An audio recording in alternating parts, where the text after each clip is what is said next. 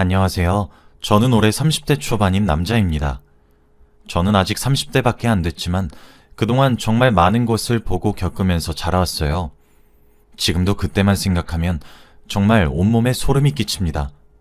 그 인간 말종 같은 사람들을 보면서 절대 저렇게는 안 커야지 라고 생각하면서 자라왔던 것 같아요. 그때 제가 어리긴 했지만 정말 정신적으로 충격을 많이 받았습니다. 이 이야기는 제가 갓 20살이 된 사회 초년생 때 있었던 일입니다. 저는 어릴 때부터 시골에서 부모님과 할머니와 함께 살았어요. 제가 태어날 때부터 할머니와 같이 살았으니까 수십 년을 함께 산 거죠. 할머니는 저를 매일 똥강아지라고 불러주시면서 저를 굉장히 아껴주셨고, 부모님도 금슬이 좋으셔서 시골이었지만 단란하고 화목한 가정이었습니다. 학교 끝나고 집에 돌아오면 할머니와 같이 놀면서 어머니가 저녁 식사를 준비해 주시는 시절이 너무 그립네요. 할머니는 말도 많으시고 웃음도 많으셔서 저와 대화도 잘 통했고 비밀 이야기도 많이 주고받았습니다. 정말 친구처럼 지냈어요. 제가 시골에서 자랐지만 학교는 조금 더 많이 걸어가야 해서 저희 동네에는 제 또래가 없어요. 그래서 늘 혼자였는데 그래도 할머니가 저의 말동무 역할을 해주시니까 할머니와 노는 시간이 제일 재밌었습니다. 아버지는 저희 집의 생계를 유지하셔야 해서 밤낮 없이 일을 하셨어요. 힘든 공장 일에 야근까지 일부러 하시면서 저희 집안의 생활비를 혼자 담당하셨죠. 저와 어머니가 매일같이 우리도 일을 하겠다고 했지만 아버지는 끝까지 말리셨어요. 한 번은 제가 가족들 몰래 일을 한 적이 있는데 그때 아버지에게 들키고 정말 인생 최대로 크게 혼이 났습니다. 저는 힘들어하시는 아버지를 도와주기 위해서 시작한 건데 아버지는 벌써부터 일할 필요 없으니 공부만 열심히 하라며 저를 혼쭐 내셨죠. 그때 아버지의 단호함에 저는 할 말을 잃었고 다시는 일을 하지 않았습니다. 저는 꼭 성인이 되자마자 일을 해서 가족들에게 보탬이 되겠다고 결심했고 졸업만 기다렸어요. 그래서 효도는 해야겠다는 생각에 공부도 열심히 했고요. 성적도 나름 괜찮은 편이었고 학교에서는 저보고 대학교에 진학을 하라고 추천했습니다. 솔직히 대학교를 안 다니고 싶었던 건 아니지만 등록금이 너무 부담돼서 바로 취직을 하려고 했습니다. 그런데 혼자 선생님에게 대학교를 가지 않겠다고 말씀드렸죠. 그런데 선생님께서 저 몰래 저희 부모님에게 연락을 해서 대학교를 권유했나 봐요. 제가 너무 아까운 인재라 학교를 다니는 게 좋다고 하면서 말입니다. 그런데 제가 대학교를 가지 않겠다고 말했다고 부모님께 담임 선생님이 말을 하셨더라고요. 담임 선생님의 이야기를 부모님께서 듣고 노발대발하셨어요. 아버지는 울면서 저한테 가난을 물려주고 싶지 않다고 하셨습니다. 돈 때문에 대학교 진학을 포기하는 거면 걱정하지 말라며 자신이 어떻게든 벌 테니 제발 공부만 열심히 하라고 했죠. 저는 제 대학교 때문에 아버지가 고생하는 게 너무 싫었습니다. 그래서 이번만큼은 고집을 피우며 절대 대학교를 가지 않겠다고 했죠. 그리고 바로 취직해서 집안 살림에 보탬이 되고 싶다고 했습니다. 제가 말을 하면 할수록 아버지는 눈물을 더 흘리셨고 모든 것을 자신의 탓을 하시더라고요. 아버지가 저한테 가난을 물려줬다고 하면서 말입니다. 저는 아니라고 수백 번을 말해도 아버지는 듣지 않으셨어요. 아버지는 그날부터 저를 대학교에 보내겠다며 투잡을 뛰셨습니다. 잠을 하루에 2~3시간씩 자면서 일을 하셨고 몸을 사리지 않으셨어요. 그런데 그게 문제가 된 건지 아버지가 일하시는 공장에서 그만 사고가 나고 말았습니다. 아버지가 잠에 취해서 일을 하시다가 그만 공장기계에 몸을 다치시고 말았거든요. 저와 어머니 그리고 할머니는 급히 응급실로 가서 아버지를 보았지만 그때는 이미 늦었습니다. 아버지는 이미 눈을 감고 계셨고 온몸이 차가우셨죠. 어머니와 할머니는 오열하며 우셨고 저는 도저히 이 상황이 믿기지 않았고 현실인지 꿈인지 파악이 되지 않았습니다. 아버지의 몸은 얼음장처럼 차가웠고 눈을 뜨고 저희를 바라보지 못했죠. 시간이 지날수록 저는 죄책감에서 헤어나오지 못했습니다. 제 대학 등록금만 아니었다면 아버지가 투잡을 하실 필요도 없었을 테니까요. 정말 아버지에게 너무 죄송했고 혼자 몰래 눈물을 삼켰습니다. 저는 한순간에 집안의 가장이 되었고 할머니와 어머니를 먹여 살려야 했어요. 그리고 아버지의 장례식장에서 상주를 보고 있는데 친척분들이 오셨습니다. 바로 작은 아버지와 고모였어요. 작은 아버지와 고모는 서울에서 일을 하고 계셔서 저희 집에 오시지 않았습니다. 저희가 시골에서 할머니를 보살펴드리고 있을 때는 한 번도 오신 적이 없었기에 아버지 장례식장에서 정말 오랜만에 얼굴을 뵌 거였죠. 당연히 자신의 형, 오빠가 세상을 떠났으니 펑펑 울며 슬퍼할 줄 알았어요. 그런데 이게 무슨 일인지 작은 아버지와 고모는 오히려 눈물 한 방울 흘리지 않았습니다. 그리고 절이 끝나자마자 어머니에게 가서 아버지의 사망보험금에 관련해 이야기를 하더라고요. 정말 충격적이었어요. 어떻게 자기 가족이 죽었는데 저렇게 태평할 수 있나요? 할머니도 옆에서 보면서 자식 잘못 낳았다고 신세한탄을 하고 계셨습니다. 그리고 3일 내내 있던 것도 아니고 잠깐 몇 시간 있다가 어머니와 이야기를 하신 후 바로 돌아가셨어요. 정말 남보다 못한 사이였습니다. 어머니는 표정이 안 좋아지시면서 상주 자리로 오시더라고요. 그러면서 할머니에게 어머니, 남편 사망보험금을 3분의 1로 나누자고 하는데요? 라고 하는 겁니다. 작은 아버지와 고모는 어머니에게 반협박식으로 사망보험금을 나누자고 했대요. 어머니가 거절을 하니 더 무섭게 대했다고 합니다.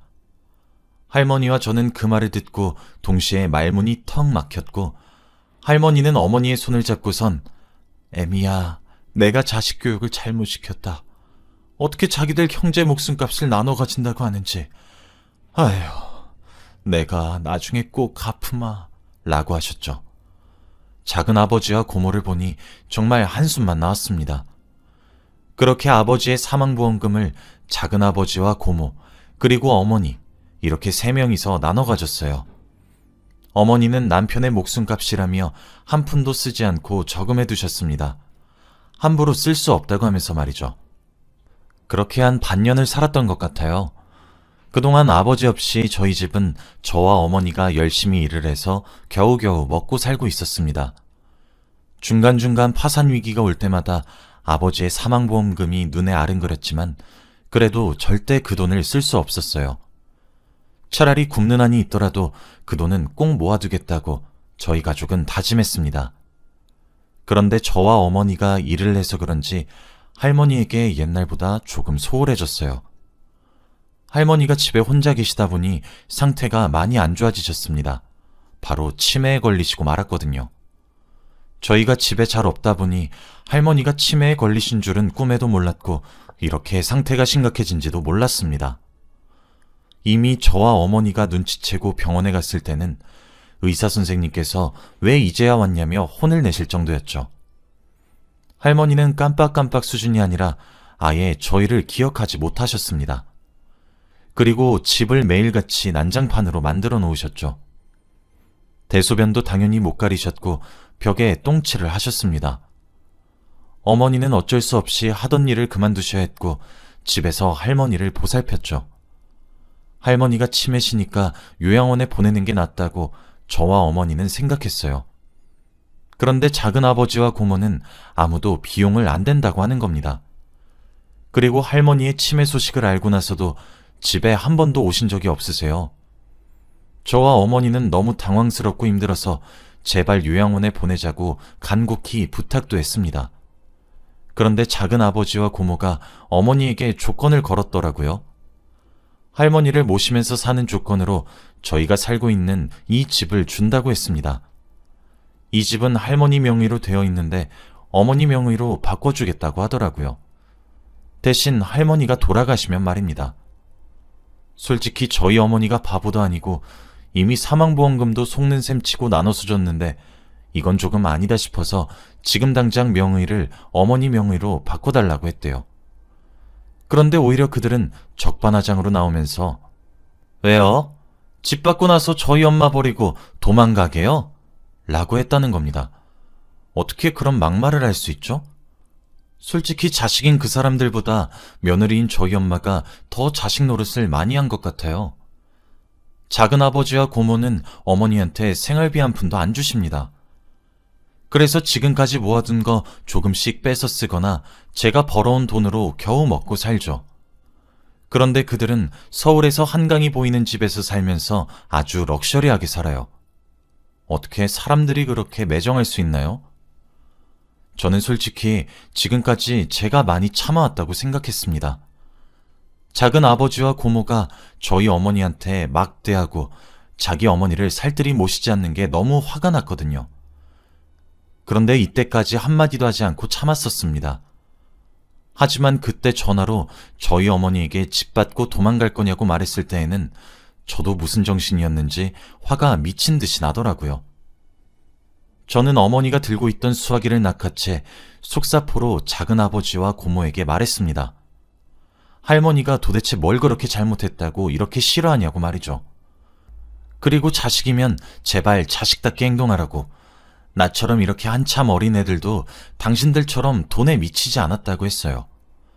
마지막으로 그렇게 살면 자식들이 뭘 보고 배우겠냐며 화를 불같이 냈습니다.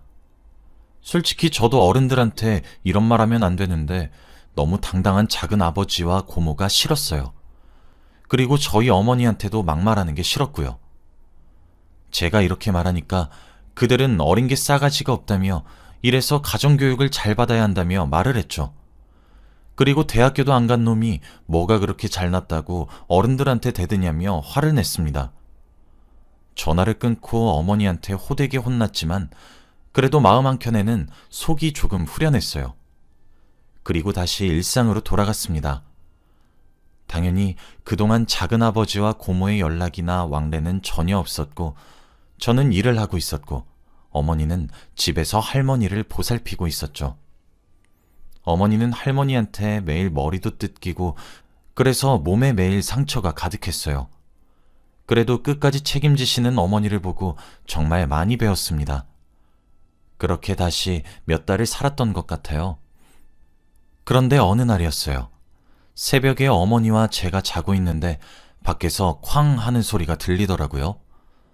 저희는 너무 놀라서 당장 불을 켜고 나가보니 할머니가 다리를 부여잡고 아파하고 계셨습니다. 상황을 보니 새벽에 불을 안 켜고 나오시려다가 문지방에 걸리셔 넘어져서 무릎이 찌이신 것 같더라고요. 무릎을 부여잡고 울면서 아프다고 하고 계시는데 왠지 상황이 심각한 것 같아 119를 불러 바로 응급실로 갔습니다. 그런데 의사 말로는 할머니의 무릎이 부서졌다고 하는 겁니다. 나이도 있으시고 너무 세게 넘어지셔서 심하게 다치셨다고 하는데 어머니와 저는 너무 걱정이 되었습니다. 할머니가 치매도 있으시니 병원을 많이 무서워하셨고 치료받기를 거부하셔서 의사 선생님께서 많이 힘들어하셨죠. 어머니는 바로 새벽에 작은 아버지와 고모한테 전화를 해서 할머니 상황을 다 설명했습니다. 그런데 작은 아버지와 고모는 아, 그래요? 생명에 지장 없으시죠? 라고 하며 바로 전화를 끊었대요. 그리고 그 뒤로 연락이 두절됐고 병원에도 당연히 찾아오지 않으셨습니다. 할머니는 수술을 하시고 병원에 입원을 하셨어요. 작은 아버지와 고모는 병원비를 보태주지도 않아서 어머니와 제가 다 감당해야 했습니다. 저 혼자는 병원비까지 무리여서 어머니가 일도 다시 하시고 할머니 간병도 했어요. 저도 일을 2개나 했죠. 정말 힘들었고 하루에 잠도 많이 못 잤습니다. 어머니는 병원에서 매일 잤고 저는 집에서 병원까지 왔다 갔다 하면서 일도 했죠. 그런데 할머니가 치매가 점점 심해지셔서 병실에 있는 다른 환자들한테까지도 피해를 주셨어요. 물건을 던지고 욕을 하는 건 물론이었고 밥을 안 먹겠다며 식판을 던지시거나 아니면 다른 사람의 물건에도 함부로 손을 대셨죠. 할머니는 날이 갈수록 점점 폭력적이게 바뀌셨고 항상 뒤처리는 저와 어머니의 몫이었습니다. 같은 병실의 환자 보호자들은 제발 1인실로 옮기라고 했고 당장 요양원으로 가라고 하면서 저희에게 화를 냈어요. 저희도 한두 번이면 사과하고 넘기겠지만 매일같이 그런 일이 일어나니까 도저히 병원에는 못 있겠더라고요. 그때 정말 할머니를 요양원에 보내야겠다고 생각이 들었습니다. 저번에는 한번 요양원에 보내드리려다가 작은아버지와 고모가 반대해서 못 갔거든요. 그런데 이번에는 사람들한테 너무 피해를 주니까 요양원에서 편하게 지내시는 게 좋다고 생각했습니다. 그래서 저와 어머니는 할머니를 요양원으로 보냈고 거기서 간병을 제대로 시작했죠. 이 소식을 작은아버지와 고모한테 알려드렸는데 화들짝 놀라시면서 요양원으로 급히 오시는 겁니다. 병실에는 저와 어머니만 있었는데 고모와 작은아버지는 잠깐 할머니와 할 얘기가 있다며 자리를 비켜달라고 하더군요. 솔직히 자식 얼굴도 기억 못하는 어머니와 무슨 이야기를 할 수 있는지 이해가 안 되긴 했지만 그래도 자리를 비켜주었습니다. 저희는 병실 밖에 서서 기다렸죠. 그런데 병실 안에서는 소리치는 소리가 들리더라고요. 작은아버지는 엄마는 왜 이렇게 우리한테 집만 돼? 아주 돈덩어리야. 왜 늙어서까지 우리한테 고생시키냐고. 지금 시골에 있는 집 나랑 동생한테 줘야 되는 거 잊지 마. 설마 진짜 며느리한테 줄 건 아니지? 며느리는 법적으로 가족 아니라서 상속 안 되는 거 알지? 원래 시부모 부양 의무도 없는데 내가 일부러 엄마 혼자서 힘들까봐 거짓말까지 하면서 옆에 붙어있게 한 거야. 그러니까 죽기 전에 우리한테 집이랑 재산 다 남기고 가야 해. 라고 하더군요. 이 말을 정신도 제대로 못 차리는 할머니에게 주입식으로 말을 하고 있었고 둘은 요양원에서 나갔죠. 어머니는 밖에서 그 말을 다 듣고 동공이 매우 흔들렸습니다. 그리고 주먹을 꾹 움켜쥐더라고요. 저희 어머니에게 할머니만 보살펴주면 집 주겠다고 말을 해놓고는 그게 다 거짓말이었다뇨. 어머니는 집을 못 받는 것보다는 그 사람들이 어머니를 만만하게 보고 이용했다는 거에 더 화가 난 것 같습니다. 저는 태어나서 어머니가 화난 모습을 그때 처음 봤어요. 정말 무서웠고 어떠한 말도 꺼내면 안 될 것 같더라고요. 작은아버지와 고모가 그렇게 할머니가 돌아가시길 원하니까 저와 어머니는 오히려 만수무강하시면 좋겠다는 생각이 들더라고요. 그래서 정말 예전보다 더 열심히 보살펴드렸습니다. 요양원에 거의 살다시피 하면서 말이죠. 할머니는 정말 괜찮아지는 듯 보였습니다. 원래 저와 어머니를 전혀 알아보지 못했는데 어느 날 갑자기 문득 알아보시더라고요. 그런데 그날 새벽이었고 다들 주무시는 시간에 갑자기 할머니가 깨어나셔서 어머니의 손을 붙잡고 이야기를 하셨습니다. 정말 오랜만에 보는 할머니의 눈빛이었어요. 제대로 정신이 돌아오셔서 치매 걸리기 전에 할머니 모습과 똑같았죠. 그런데 새벽에 할머니는 어머니의 손을 잡고 옛날 이야기를 하셨습니다. 들으면 들을수록 어머니와 저는 눈물밖에 나지 않았어요. 사실은 우리 둘째랑 셋째가 나를 왜 저렇게 싫어하냐면 바로 첫째 때문이요. 첫째가 아버지 돌아가시고 우리 집 다 먹여 살렸거든. 학교도 관두고 하루 종일 일만 하면서 자기 동생들이랑 엄마 먹여 살리겠다고 죽어라 돈만 벌었어. 내가 너무 미안해서 조금씩 더 챙겨준 게 둘째랑 셋째는 질투가 났나 봐. 그래서 아직도 자기네들은 주워온 자식인 줄 알아. 첫째만 친자식이고 첫째가 나를 유달리 닮았고 둘째 셋째가 지아빨 닮았는데 태어나고 보니까 아버지가 없으니 못 믿지. 그래서 이렇게까지 나를 미워하고 내가 얼른 죽길 바라는 거여. 다 내 탓이여. 저는 한 번도 들어보지 못했던 아버지에 대한 이야기를 듣게 되었어요. 정말 아버지는 평생 돈만 버시면서 살았던 겁니다. 어렸을 땐 동생들 먹여 살리겠다고 하고 결혼하고 아이를 낳으니 또 학비를 벌려고 일하고 오랜만에 아버지 생각이 나서 정말 펑펑 울었습니다. 그런데 할머니는 이 말을 내뱉으시곤 바로 주무셨습니다. 그리고 그날 해가 뜨는 아침 새벽에 주무시다가 돌아가셨어요. 돌아가시기 전에 기억이 잠깐 돌아오셔서 이야기를 하시고 편안히 주무시면서 돌아가신 것 같아요. 그래도 잠깐이나마 잊고 있었던 예전의 할머니 모습을 마지막으로 뵈서 너무 좋았어요. 그렇게 할머니의 장례식을 지냈는데 작은 아버지와 고모는 오히려 행복해 보였습니다. 장례식장에 온 자기 지인들이랑 하하호호 떠들면서 술만 먹고 있었고 고모는 취해서 춤도 췄습니다. 상주는 저와 어머니만 지켰죠. 그 광경을 보는데 정말 어처구니가 없더라고요. 그래놓고 매일 밤마다 부조금이 얼마나 모였는지 확인하고 둘이서 어떻게 나눌지 회의를 하는데 정말 역겨웠습니다. 그런데 할머니가 돌아가시기 전에 매일 입버릇처럼 하시는 말씀이 있었어요. 제발 자신이 죽고 나서 화장을 하지 말아달라고 했죠. 불이 너무 무섭다고 하면서 그게 자신의 마지막 소원이라고 했습니다. 당연히 저희 모두 다 그렇게 하겠다고 했죠.